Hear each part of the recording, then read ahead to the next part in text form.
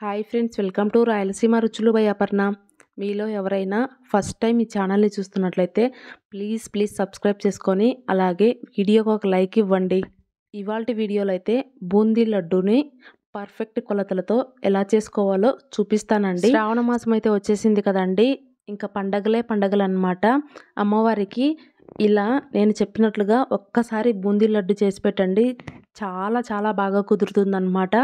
ఇంకా first time చేసే వాళ్ళు కూడా చాలా ఈజీగా చేసేస్తారండి. అంత ఈజీగా చేసేసుకోవచ్చు అనమాట. టేస్ట్ కూడా చాలా బాగుంటుందండి. ఎలాంటి ఫుడ్ కలర్లు వాడకుండా లడ్డు అయితే ఎల్లో కలర్లో ఎలా చేసుకోవాలో చూపించానండి. వీడియోని ఎక్కడ స్కిప్ చేయకుండా చివరి వరకు చూడండి. ఇంకా ఆలస్యం చేయకుండా బూందీ లడ్డూనైతే ప్రిపేర్ చేసుకుందాం పదండి. లడ్డు ప్రిపేర్ చేసుకోవడానికైతే ముందుగా ఒక వెడల్పుగా ఉండే గిన్నె తీసుకొని అందులో 2.5 కప్పు శనగపిండి తీసుకోండి. ఇంగ్రీడియంట్స్ అన్నీ ఒకటే కప్పుతో కొలుచుకోండి, అప్పుడే లడ్డు చేసుకోవడానికైతే పర్ఫెక్ట్ కొలత వస్తుందన్నమాట. ఇప్పుడు అందులో ఒక చిటికెడంతా వంట సోడా వేసుకోండి, అలాగే ఒక చిటికెడు ఉప్పు, కొద్దిగా పసుపు వేసుకోండి. ఇలా పసుపు వేసుకోవడం వల్ల లడ్డు అయితే ఎల్లో కలర్లోకి వస్తుందండి. ఎటువంటి ఫుడ్ కలర్లు వాడకుండా ఇలా న్యాచురల్గా అయితే పసుపు వేసుకున్నామంటే ఎల్లో కలర్లోకి వస్తుందండి. ఇప్పుడు అందులో కొద్దిగా నీళ్ళు వేసుకుంటూ పిండిని అయితే చేత్తో బాగా కలుపుకోవాలండి. ఉండలేమి లేకుండా బాగా నీట్గా కలుపుకోవాలన్నమాట.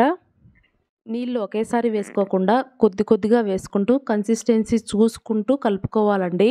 పిండి కలుపుకునేటప్పుడే ఉండలు లేకుండా బాగా నీట్గా కలుపుకున్నామంటే మనం బూందీ వేసుకునేటప్పుడు బూందీ గరిటెలో నుంచి పిండి అయితే బాగా నీట్గా దిగుతుందండి.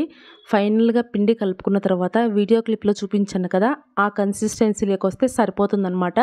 మరీ చిక్కగా ఉండకూడదు, అలాగని మరీ పలుచగా చేసుకోకూడదు అన్నమాట. ఇప్పుడు శనగపిండిని పక్కన పెట్టేసి పాకు పట్టుకోవడం కోసమైతే ఒక ప్యాన్లో 2.5 కప్పుల శనగపిండికి అయితే 2 కప్పుల షుగర్ తీసుకోండి. అందులోనే 1 కప్పు వరకు వాటర్ వేసుకోండి. వాటర్ వేసిన తర్వాత షుగర్ మొత్తం బాగా తడిచిపోవాలండి. షుగర్ తడిచిపోయిన తర్వాత గ్యాస్ పైన పెట్టేసి షుగర్ని బాగా కరగనివ్వండి.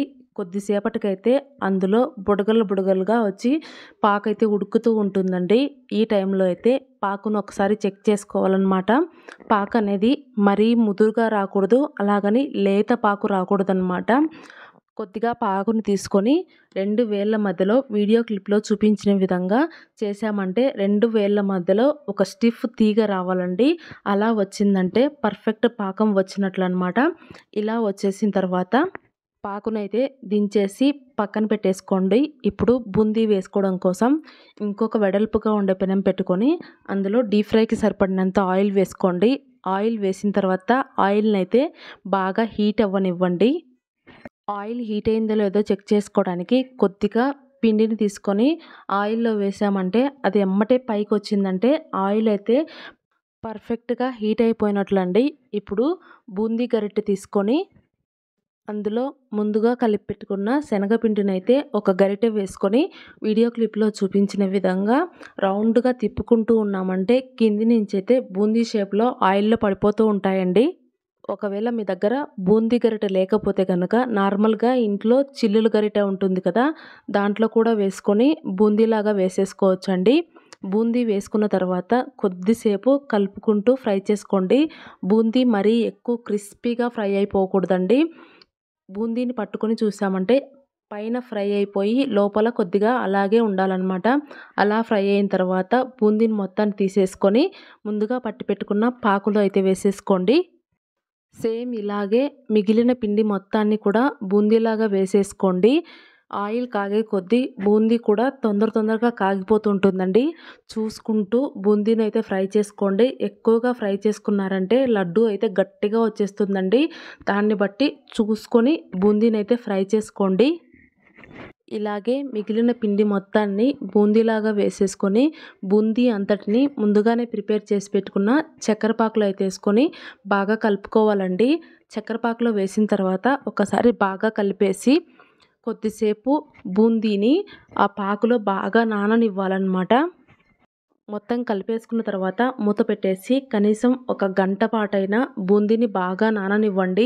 ఇలా నాననిచ్చామంటే బూందీ అయితే చక్కెర పాకాన్ని మొత్తం పీల్చుకొని మెత్తగా టేస్టీగా భలే వస్తుందండి. ఫైనల్‌గా ఇప్పుడు కొద్దిగా డ్రై ఫ్రూట్స్‌నైతే నెయ్యిలో ఫ్రై చేసుకొని ఆ బూందీలో వేసేసుకోండి. లడ్డూలో కొద్దిగా నెయ్యి ఎక్కువగానే వేసుకోండి. టేస్ట్ అయితే చాలా బావుంటుందనమాట. ఇప్పుడు నెయ్యి, డ్రై ఫ్రూట్స్ మొత్తం లడ్డూలో కలిసిపోయేలాగా బాగా కలిపేసుకోండి. ఫైనల్‌గా అయితే మనం లడ్డూని చుట్టుకోవడానికి ముందుగా అయితే ఇక్కడ వీడియో క్లిప్‌లో చూపిస్తున్నాను కదా! అలా బూందీ మొత్తాన్ని చేత్తో బాగా నలుపుకుంటూ కొద్దిగా మెత్తగా చేసుకోవాలండి. ఒకవేళ ఇలా చేసుకోవడం గనక కష్టమైతే గనక కొద్దిగా బూందీని తీసుకొని మిక్సీ జార్‌లో వేసుకొని కొద్దిగా కచ్చా పిచ్చాగా మిక్సీ పట్టేసుకొని వేసుకోండి. అలాగైనా చేసుకోవచ్చు. ఇలా చేత్తో కూడా మొత్తం నలిపేసుకున్నామంటే మెత్తగా నలిగిపోతుందండి. ఇలా మొత్తం నలిపేసుకున్న తర్వాత ఇప్పుడు అందులో ఒక 2 స్పూన్లు యాలకుల పొడి వేసుకోండి. యాలకుల పొడి వేసుకోవడం వల్ల లడ్డూ టేస్ట్ అయితే చాలా బాగుంటుందండి. ఇంకా అలాగే మీ దగ్గర పచ్చకర్పూరం ఉంటే గనక కొద్దిగా పౌడర్ లాగా చేసేసి ఒక చిటికెడంత వేసుకోండి. టేస్ట్ ఇంకా సూపర్‌గా ఉంటుందండి. ఇప్పుడు యాలకుల పొడి మొత్తం లడ్డూలో కలిసిపోయేలాగా బాగా కలిపేసుకొని లడ్డూలాగా చుట్టేసుకోండి. లడ్డూలైతే చాలా చాలా బాగా వస్తాయండి. కంపల్సరీగా ట్రై చేయండి. అస్సలు చెడిపోయే ఛాన్సే లేదనమాట. వీడియో క్లిప్‌లో చూస్తేనే అర్థమైపోతుంది కదా! లడ్డూలైతే ఎంత బాగా వచ్చాయో. ఫుడ్ కలర్ ఏమీ వాడకున్నా కూడా పసుపు వేసుకోవటం వల్ల లడ్డూలు కూడా యెల్లో కలర్‌లో భలే వచ్చాయండి. కంపల్సరీగా ట్రై చేయండి. ఈ వరలక్ష్మి వ్రతానికి గానీ, మంగళగౌరి వ్రతానికి గానీ అమ్మవారికైతే ప్రసాదంగా చేసి పెట్టండి. చాలా బాగుంటాయన్నమాట. కంపల్సరీగా ట్రై చేస్తారు కదూ! ఒకవేళ ట్రై చేస్తే గనక మీకెలా కుదిరాయనేది కామెంట్ సెక్షన్‌లో కామెంట్ చేయడం మాత్రం మర్చిపోవద్దండి. అలాగే ఈ వీడియో మీకు నచ్చినట్లయితే లైక్ చేయండి, షేర్ చేయండి. కొత్తగా ఎవరైనా మన ఛానల్‌ని చూస్తున్నట్లయితే సబ్స్క్రైబ్ చేసుకోండి. Thank you for watching. Bye bye.